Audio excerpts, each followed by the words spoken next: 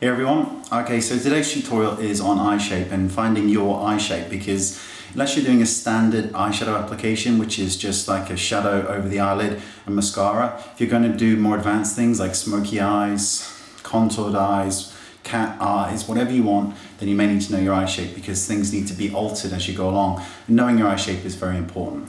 First one we're going to do, and there'll be lots of visuals so you can see different eye shapes. The first one is the standard eye, and that's my eye shape. A standard eye shape, let me get closer, see red, shower.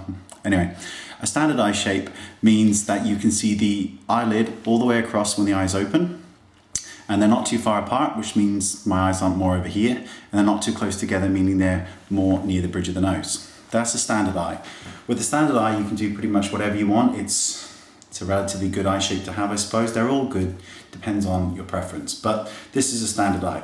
The second eye is a hooded eye, and there are two sort of kinds of hooded eyes. The first is a hooded eye that you are born with, sometimes referred to Asian eye, almond eye, and these are ones you're born with. With those sort of eyelids, you can do almost anything you want, despite people saying otherwise, because you have this whole flat plane here where you can do anything with. And this means you can put shimmers, you can put golds and glitters, whatever you want, and they can go right the way up to the brow if you want, because it still looks amazing. So if you've got that kind of eye shape, you're lucky. It's completely flat, you can do almost anything you want with it. It's amazing. The second hooded eye is a hooded eye that's acquired through age. That's one that happens as we get older. The crease of our eye here drops, and it starts to cover our lid. There can be something like a partial hooded eye, which means that this part here covers the lid, but you still see the eyelid here in the inner eye, or it can be completely covered. Very important to know with a hooded eye. Quick tip: never, ever, ever, ever, if you've got a hooded eye that's come through age, put shimmer right the way across here on the crease, because anything that's shiny, you're drawing the eye to it, and you are drawing attention to the fact that it's a hooded eye, and that may not be something you want to do. Matte colors tend to look better in the crease of the eye on a hooded eye. Another thing to remember is to highlight the tear duct area around the tear duct and this inner portion of the eyelid if it's available to you, because that opens the eyes up and makes them look really, really pretty. I mentioned some of these tips when I'm doing my eyeshadow tutorials as well, and I've just filmed one on classic eye, which suits every eye shape. The next eye shape are close-set eyes, and close-set eyes means that the eyes are closer together to the bridge of the nose. The one thing you need to remember with this eye shape is not to really put anything dark right here, because you are drawing attention to the fact that they're very close set. What you want to do is keep this area light and shiny. That's fine, because it pulls them apart. And you also want, when doing like a smoky eye or anything dark, you want to make the color pull out slightly, so we're visually pulling the eyes apart. And I'm going to make sure that I mention all of this in future tutorials as well. Now the next thing is wide set eyes. Wide set eyes means that they are further back here. Kate Moss is a great example of wide set eyes. They're very wide apart. Wide set eyes are considered the most beautiful of all eye shapes. No idea why, that's the way it is. I don't buy all that stuff. But with wide set eyes, you can do pretty much whatever you want. Bear in mind that the further you pull your eyeshadow out and up, the further back they're going to look, and you don't want your eyes to look like they're here, okay? It's not nice. So you can bring the darker colors, especially with smoky eyes, really right the way into here, because you have that space to do that. Wide set eyes are great because you can do whatever you want with them as well, but don't bring them too far out. And remember, you can have such a thing as a close set hooded eye or a wide set hooded eye. So, there's lots of different variations. The next one is what's called a downturned eye. And a downturned eye means that the outside corner of the eye goes down and looks a little bit sad. Now, the best thing to do with this is when you're applying your eyeshadow to your eyelid, let's just say you're just going to do a standard, just one sweep across the eye. Let's say it's something relatively light. Do it across the eye, start from the inner corner, work your way out, but stop like a quarter, just a tiny bit before the eye starts to droop. Don't worry, it's not going to look weird and cut off. Then when you curl your eyelashes and put your mascara on, it gives the illusion of a lifted eye. Another way to do it when you're bringing colours up into the crease is, do you remember that trick I said about a sponge to put it here and you're drawing this little line? If not, click the video.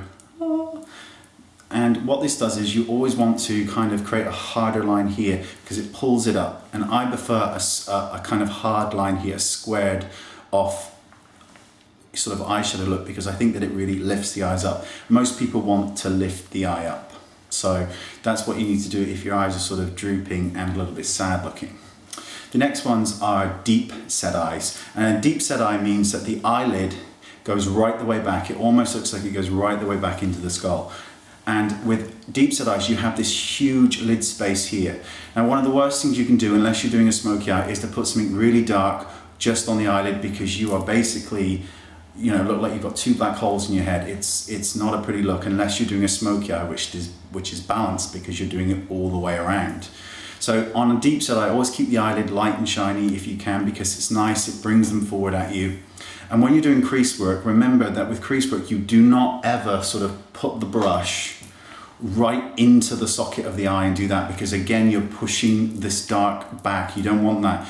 Your brow bone is very, very prominent, so you want to put the contour color on the actual brow bone itself, not inside that socket, because if you go inside, you are just basically screaming, I've got deep set eyes, and we don't want that.